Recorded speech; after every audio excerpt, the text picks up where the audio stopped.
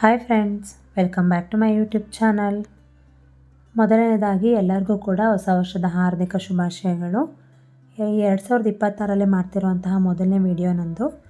ಸಿಹಿಯಿಂದನೇ ಶುರು ಮಾಡೋಣ ಅಂಥೇಳಿ ನಾನು ಹೇಗೋ ಕೇಕ್ ಮಾಡಿದ್ದೆ ನ್ಯೂ ಇಯರ್ಗೆ ಅಂಥೇಳಿ. ಆ ವಿಡಿಯೋನೇ ಫಸ್ಟ್ ಅಪ್ಲೋಡ್ ಮಾಡೋಣ ಅಂಥೇಳಿ. ಈ ಕೇಕ್ ಮಾಡಿದ್ದು ನಾನು ನಿನ್ನೆ ಅಂದರೆ ಡಿಸೆಂಬರ್ 31 ಮಾಡಿದ್ದು, ನ್ಯೂ ಇಯರ್ಗೆ ಅಂಥೇಳಿನೇ ನಾನು ಕೇಕ್ನ ಪ್ರಿಪೇರ್ ಮಾಡಿದ್ದು. ಬನ್ನಿ ಹೇಗೆ ಮಾಡಿದೆ ಅಂಥೇಳಿ ನೋಡೋಣ. ಚಾಕ್ಲೇಟ್ ಕೇಕಿಗೆ ಬೇಕಾಗಿರುವಂಥ ಇಂಗ್ರೀಡಿಯೆಂಟ್ಸ್ನ ಇಲ್ಲಿ ಇಟ್ಕೊಂಡಿದ್ದೀನಿ ನೋಡಿ. ನಾನಿಲ್ಲಿ 1 ಕಪ್ಪಷ್ಟು ಮೈದಾ ಹಿಟ್ಟನ್ನ ಬಳಸ್ತಾ ಇದ್ದೀನಿ. ಹಾಗೆ ಅರ್ಧ ಕಪ್ಪಷ್ಟು ಹಾಲು, ಇದು ಕಾಯಿಸಿ ಆರಿಸಿರೋವಂತಹ ಹಾಲು. 1/4 ಕಪ್ಪಷ್ಟು ಅಡುಗೆ ಎಣ್ಣೆನ ತೊಗೊಂಡಿದ್ದೀನಿ. ನೀವು ಯಾವುದಾದ್ರೂ ಕುಕ್ಕಿಂಗ್ ಆಯಿಲ್ನ ಬಳಸ್ಬೋದು. ಹಾಗೆ 3/4 ಕಪ್ಪಷ್ಟು ಸಕ್ಕರೆ ಪುಡಿನ ತೊಗೊಂಡಿದ್ದೀನಿ. ನೀವೇನಾದರೂ ಸಕ್ಕರೆನೇ ಹಾಕ್ತೀರಾ ಅಂದರೆ 1/4 ಕಪ್ಪಷ್ಟು ತೊಗೊಳ್ಳಿ. ಸಿಹಿ ಬೇಕಂದರೆ 3/4 ಕಪ್ಪಷ್ಟು ತೊಗೊಳ್ಳಿ. ಸ್ವಲ್ಪ ಮೀಡಿಯಮ್ ಬೇಕಂತ ಹೇಳಿದ್ರೆ ನಿಮಗೆ ಅರ್ಧ ಕಪ್ಪಷ್ಟೇ ಸಕ್ಕರೆ ಪುಡಿ ಬೇಕಾಗುತ್ತೆ. ಹಾಗೆ 2 ಟೇಬಲ್ ಸ್ಪೂನಷ್ಟು ಕೋಕೋ ಪೌಡರ್ನ ಬಳಸ್ತಾ ಇದ್ದೀನಿ. 1/4 ಟೇಬಲ್ ಸ್ಪೂನಷ್ಟು ಬೇಕಿಂಗ್ ಸೋಡಾ, ಅರ್ಧ ಟೇಬಲ್ ಸ್ಪೂನಷ್ಟು ಬೇಕಿಂಗ್ ಪೌಡರ್, ಹಾಗೆ ಸ್ವಲ್ಪ ಉಪ್ಪು, ಅದು ರುಚಿಗೆ ಅಷ್ಟೇ. ಆ ಕೇಕ್ದು ಫ್ಲೇವರ್ ಇನ್ನೂ ಎನ್ಹಾನ್ಸ್ ಮಾಡುತ್ತೆ ಹಾಗಾಗಿ. ಹಾಗೆ 1 ಟೇಬಲ್ ಸ್ಪೂನಷ್ಟು ನಿಂಬೆ ರಸ ತೊಗೊಂಡಿದ್ದೀನಿ. ನಿಂಬೆ ರಸದ ಬದಲಾಗಿ ನೀವು ವಿನೆಗರ್ ಕೂಡ ಬಳಸ್ಬೋದು. ಹಾಗೆ ನಾನಿಲ್ಲಿ ಬಳಸ್ತಿರೋವಂಥದ್ದು ವೆನಿಲಾ ಎಸೆನ್ಸು. ನೀವು ಯಾವುದಾದ್ರೂ ಫ್ಲೇವರ್ ಬಳಸಬಹುದು, ಅದಿಲ್ಲ ಅಂದರೂ ಆಗುತ್ತೆ. ಬನ್ನಿ ಈಗ ಹೇಗೆ ಮಾಡೋದು ಅಂತೇಳಿ ನೋಡೋಣ. ಫಸ್ಟ್ ನಾನಿಲ್ಲಿ ಒಂದು ಮಿಕ್ಸಿಂಗ್ ಬೌಲ್ನ ತೊಗೊಂಡಿದ್ದೀನಿ. ಫಸ್ಟು ಡ್ರೈ ಇಂಗ್ರೀಡಿಯೆಂಟ್ಸ್ನೆಲ್ಲ ಸ್ವಲ್ಪ ಜರಡಿ ಮಾಡ್ಕೋಬೇಕು. ಇಲ್ಲಿ 1 ಟೇಬಲ್ ಸ್ಪೂನಷ್ಟು ಮೈದಾ ಹಿಟ್ಟನ್ನ ತೊಗೊಂಡಿದ್ದೀನಿ. ಹಾಗೆ 1/4 ಟೇಬಲ್ ಸ್ಪೂನಷ್ಟು ಬೇಕಿಂಗ್ ಸೋಡಾ, ಅರ್ಧ ಟೇಬಲ್ ಸ್ಪೂನಷ್ಟು ಬೇಕಿಂಗ್ ಪೌಡ್ರು, ಹಾಗೆ ಸ್ವಲ್ಪ ಉಪ್ಪು. ಹಾಗೆ ನಾನು ಇಲ್ಲಿ 2 ಟೇಬಲ್ ಸ್ಪೂನಷ್ಟು ಕೋಕೋ ಪೌಡರ್ನ ಬಳಸ್ತಾ ಇದ್ದೀನಿ. ಇದನ್ನು ಈಗ ಜರಡಿ ಇಟ್ಕೋಬೇಕು.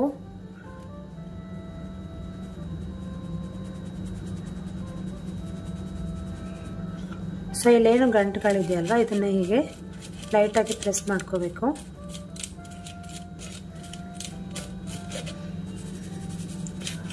ಇದೆಲ್ಲ ವೇಸ್ಟ್ ಅಂತಾನೆ ಇದನ್ನೆಲ್ಲ ಏನು ಹಾಕೋದು ಬೇಡ.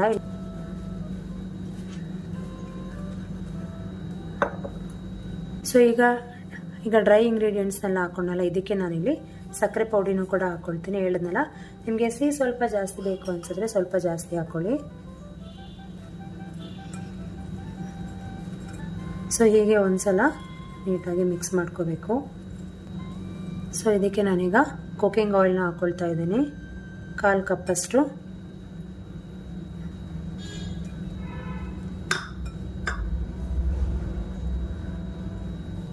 ಈಗ ಇದಕ್ಕೆ ಸ್ವಲ್ಪನೇ ಹಾಲು ಹಾಕ್ಕೊಳ್ತಾ ಇದನ್ನು ನೀವು ನೀಟಾಗಿ ಹೀಗೆ ಕಲಿಸ್ಕೋಬೇಕಾಗತ್ತೆ.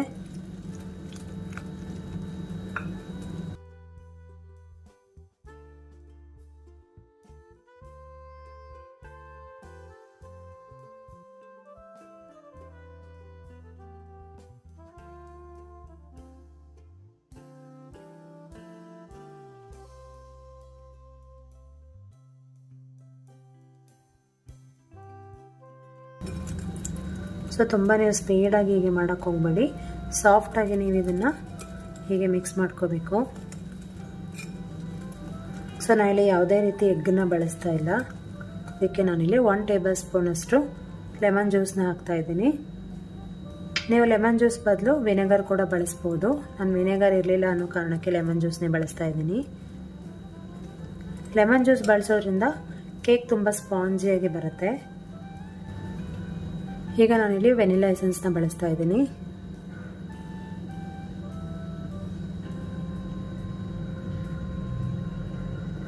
ನಾನಿಲ್ಲಿ ಒಂದು ಅರ್ಧ ಟೇಬಲ್ ಸ್ಪೂನಷ್ಟು ವೆನಿಲಾ ಎಸೆನ್ಸ್ನ ಹಾಕ್ಕೊಳ್ತಾ ಇದ್ದೀನಿ. ಇದನ್ನು ಕೂಡ ಹಾಕಿ ಚೆನ್ನಾಗಿ ಹೀಗೆ ಒಂದ್ಸಲ ಮಿಕ್ಸ್ ಮಾಡ್ಕೊಳ್ಳಿ.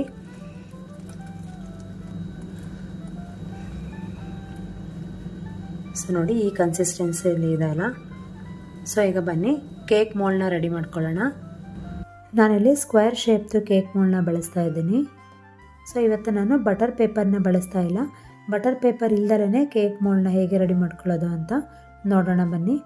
ಇದೇ ಕೇಕ್ ಮೋಲ್ಡ್ಗೆ ಸ್ವಲ್ಪ ಎಣ್ಣೆ ಹಾಕ್ಬಿಟ್ಟು ಒಂದು ಬ್ರಷ್ ಸಹಾಯದಿಂದ ಎಲ್ಲ ಕಡೆನೂ ಸ್ಪ್ರೆಡ್ ಆಗೋ ಹಾಗೆ ಮಾಡ್ಕೋಬೇಕು. ನಂತರ ಒಂದು ಅರ್ಧದಿಂದ 1 ಟೇಬಲ್ ಸ್ಪೂನಷ್ಟು ಮೈದಾ ಹಿಟ್ಟನ್ನು ಹಾಕಿ ನೀಟಾಗಿ ಆ ಮೋಲ್ಡ್ ಪೂರ್ತಿ ಸ್ಪ್ರೆಡ್ ಆಗೋ ಹಾಗೆ ನಾವು ಎಲ್ಲ ಕಡೆನೂ ಕೂಡ ಅದನ್ನು ಸ್ಪ್ರೆಡ್ ಮಾಡ್ಕೋಬೇಕಾಗತ್ತೆ. ಸೊ ನೋಡಿ, ಹೀಗಾದರೆ ಆಯಿತು, ನಿಮಗೆ ಕೇಕ್ ಮೋಲ್ಡ್ ರೆಡಿ ಆಯಿತು.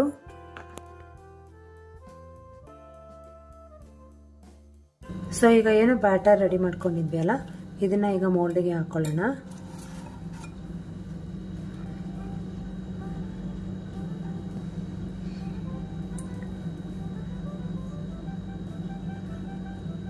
ಸೊ ಈಗ ಕಂಪ್ಲೀಟ್ ಬ್ಯಾಟರ್ನ ಮೋಲ್ಡ್ಗೆ ಟ್ರಾನ್ಸ್ಫರ್ ಮಾಡಿದ್ದೀನಲ್ಲ, ಈಗ ಒಂದೆರಡು ಸಲ ಹೀಗೆ ಟ್ಯಾಪ್ ಮಾಡಬೇಕಾಗುತ್ತೆ.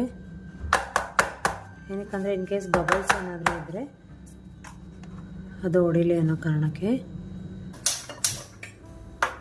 ಫಸ್ಟಿಗೆ ನೋಡಿ ಒಂದು ಕಡಾಯಿನ ತೊಗೊಂಡಿದ್ದೀನಿ. ಇದಕ್ಕೆ ಒಂದು ಸ್ಟ್ಯಾಂಡ್ ಹಾಕ್ಬಿಟ್ಟು ಇದನ್ನು ಫಸ್ಟ್ ಒಂದು 5 ನಿಮಿಷ ಪ್ರೀ ಹೀಟ್ ಮಾಡ್ಕೋಬೇಕು.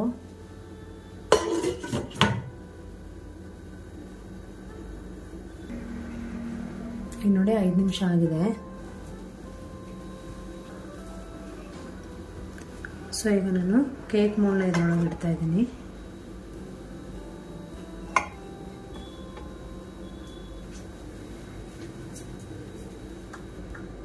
ಸೊ ಈಗ ಒಂದು ಲಿಡ್ನ ಮುಚ್ಚಿ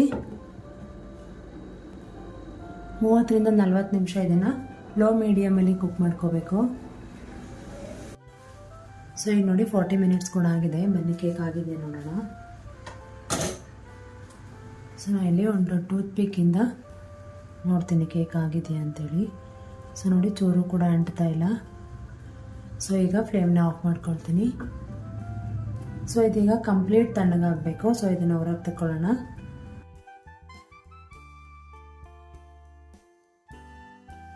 ಸೊ ಇದು ಕಂಪ್ಲೀಟ್ ತಣ್ಣಗಾಗಲಿ.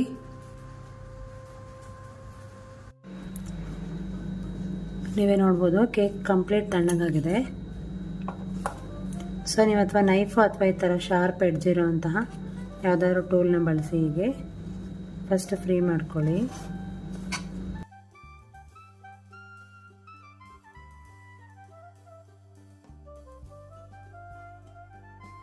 ಈಗ ಒಂದು ಪ್ಲೇಟ್ನ ಬಳಸ್ಕೊಂಡು ಆ ಮೋಲ್ಡಲ್ಲಿರುವಂತಹ ಕೇಕ್ನ ಪೂರ್ತಿ ಪ್ಲೇಟ್ಗೆ ಬರೋ ಹಾಗೆ ಈಗ ಟ್ರಾನ್ಸ್ಫರ್ ಮಾಡ್ಕೋಬೇಕು. ಹೀಗೆ ಪ್ಲೇಟ್ಗೆ ಆ ಮೋಲ್ಡನ್ನ ಹಾಕಿ ಮೇಲ್ಗಡೆ ಜಸ್ಟ್ ಹೀಗೆ ಒಂದೆರಡು ಸಲ ಟ್ಯಾಪ್ ಮಾಡಿದ್ರೆ ಆ ಕೇಕ್ ಕಂಪ್ಲೀಟಾಗಿ ಮೋಲ್ಡಿಂದ ಹೊರಗೆ ಬರುತ್ತೆ. ಸೊ ಆ ಟೈಮಲ್ಲಿ ನನ್ನ ವೀಡಿಯೋ ಮೆಮೊರಿ ಫುಲ್ ಆಗಿಬಿಟ್ಟು ವೀಡಿಯೋ ಪಾಸ್ ಆಗಿಬಿಟ್ಟಿದೆ, ನಾನು ಗಮನಿಸ್ಕೊಂಡಿಲ್ಲ. ಸೊ ಆಮೇಲೆ ಮತ್ತೆ ಕ್ಯಾಮ್ರಾ ನೋಡಿದಾಗ ಅದು ಆಲ್ರೆಡಿ ಅದು ಸ್ಕಿಪ್ ಆಗಿಬಿಟ್ಟಿತ್ತು. ಹಾಗಾಗಿ ನಾನು ಈಗ ಕಂಟಿನ್ಯೂ ಮಾಡ್ತಾಯಿದ್ದೀನಿ. ಸೊ ನೋಡ್ಬೋದು ನೀವು ಕೇಕ್ ಎಷ್ಟು ಸಾಫ್ಟಾಗಿ ಬಂದಿದೆ ಅಂಥೇಳಿ. ಸೊ ಇದನ್ನು ಸಿಂಪಲ್ಲಾಗಿ ಈಗ ಡೆಕೋರೇಟ್ ಮಾಡ್ಕೊಳ್ಳೋಣ. ಸೊ ನಾನೀಗ ಹರ್ಷೀಸ್ ಸಿರಪ್ ಬರುತ್ತಲ್ಲ, ಚಾಕ್ಲೇಟ್ ಸಿರಪ್ಪು, ಅದನ್ನ ಯೂಸ್ ಮಾಡಿಕೊಂಡು ಎಲ್ಲ ಕಡೆನೂ ಕೂಡ ನೀಟಾಗಿ ಸ್ಪ್ರೆಡ್ ಮಾಡ್ಕೊಳ್ತಾ ಇದ್ದೀನಿ.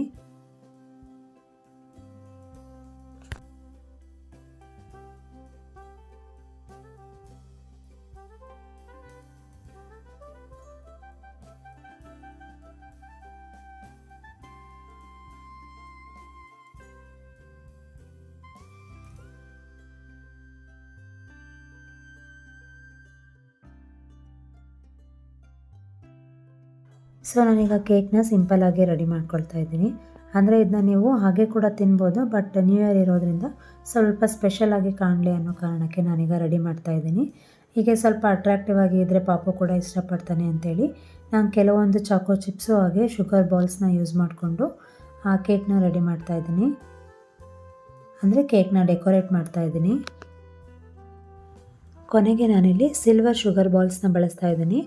ಇದು ಕೇಕ್ನ ತುಂಬ ಅಟ್ರ್ಯಾಕ್ಟ್ ಮಾಡುತ್ತೆ, ಹಾಗೆ ತುಂಬ ಹೈಲೈಟಾಗಿ ಕಾಣ್ತಾ ಇತ್ತು, ತುಂಬ ರಿಚ್ಚಾಗಿ ಕಾಣ್ತಾ ಇತ್ತು ಅಂತ ಹೇಳ್ಬೋದು ಕೇಕ್ ಕೂಡ. ಸೊ ನೋಡ್ಬೋದು ನೀವೇ ಚಾಕ್ಲೇಟ್ ಕೇಕ್ ಹೇಗಾಗಿದೆ ಅಂತೇಳಿ.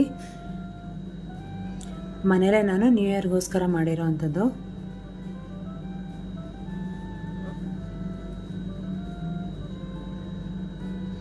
ನನ್ನ ಪಾಪಗೆ ಸರ್ಪ್ರೈಸ್ ಕೊಡೋಣ ಅಂಥೇಳಿ ನ್ಯೂ ಇಯರ್ಗೋಸ್ಕರ ನಾನು ಮಾಡಿದ್ದೀನಿ. ನಾನು ಮಾಡ್ತಿರೋ ಅಂಥದ್ದು ಕೂಡ 31 ಡಿಸೆಂಬರ್ ಅಂದರೆ ನ್ಯೂ ಇಯರ್ ಟೈಮಲ್ಲಿ 10 o'clock ಅನ್ನೋ ಹಾಗೆ ಸ್ಟಾರ್ಟ್ ಮಾಡಿದ್ದು. ಸೊ ಈಗ 11:30 ಈಗ ಕಂಪ್ಲೀಟ್ ಆಗಿದೆ. ಪಾಪನ್ನ ಎದ್ದೇಳಿಸಿ ಈಗ ಕೇಕ್ನ ಕಟ್ ಮಾಡೋಣ. ಸೊ ನೀವು ಯಾವ ರೀಸನ್ಗೆ ಕೇಕ್ ಮಾಡಿರ್ತೀರ ಅಲ್ವಾ, ಅಂದರೆ ಆ್ಯನಿವರ್ಸರಿ ಇದ್ದರೆ ಅಥವಾ ಬರ್ಡೇ ಇದ್ದರೆ, ಸೊ ಏನು ಸಂದರ್ಭದಲ್ಲಿ ಕೇಕ್ನ ಪ್ರಿಪೇರ್ ಮಾಡಿರ್ತೀರೋ ಆ ಲೇಬಲ್ನ ಸ್ಟಿಕ್ ಮಾಡ್ಬೋದು. ಸೊ ನಾನು ನ್ಯೂ ಇಯರ್ ಆಗಿರೋದ್ರಿಂದ ನ್ಯೂ ಇಯರ್ ಲೇಬಲ್ನ ಸ್ಟಿಕ್ ಮಾಡ್ತಾಯಿದ್ದೀನಿ.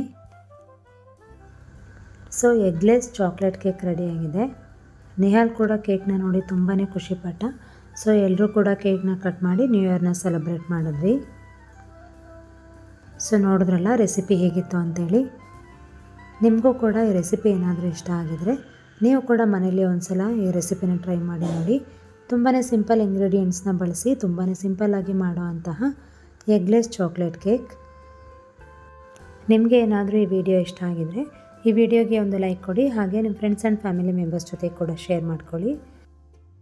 Thank you for watching this video. ನಾನು ನಿಮಗೆ ನೆಕ್ಸ್ಟ್ ವಿಡಿಯೋ ಜೊತೆ ಮತ್ತೆ ಸಿಗ್ತೀನಿ. ಅಲ್ಲಿವರೆಗೂ ನಮಸ್ಕಾರ. ಮತ್ತೊಮ್ಮೆ ಎಲ್ಲರಿಗೂ ಹೊಸ ವರ್ಷದ ಹಾರ್ದಿಕ ಶುಭಾಶಯಗಳು. Thank you.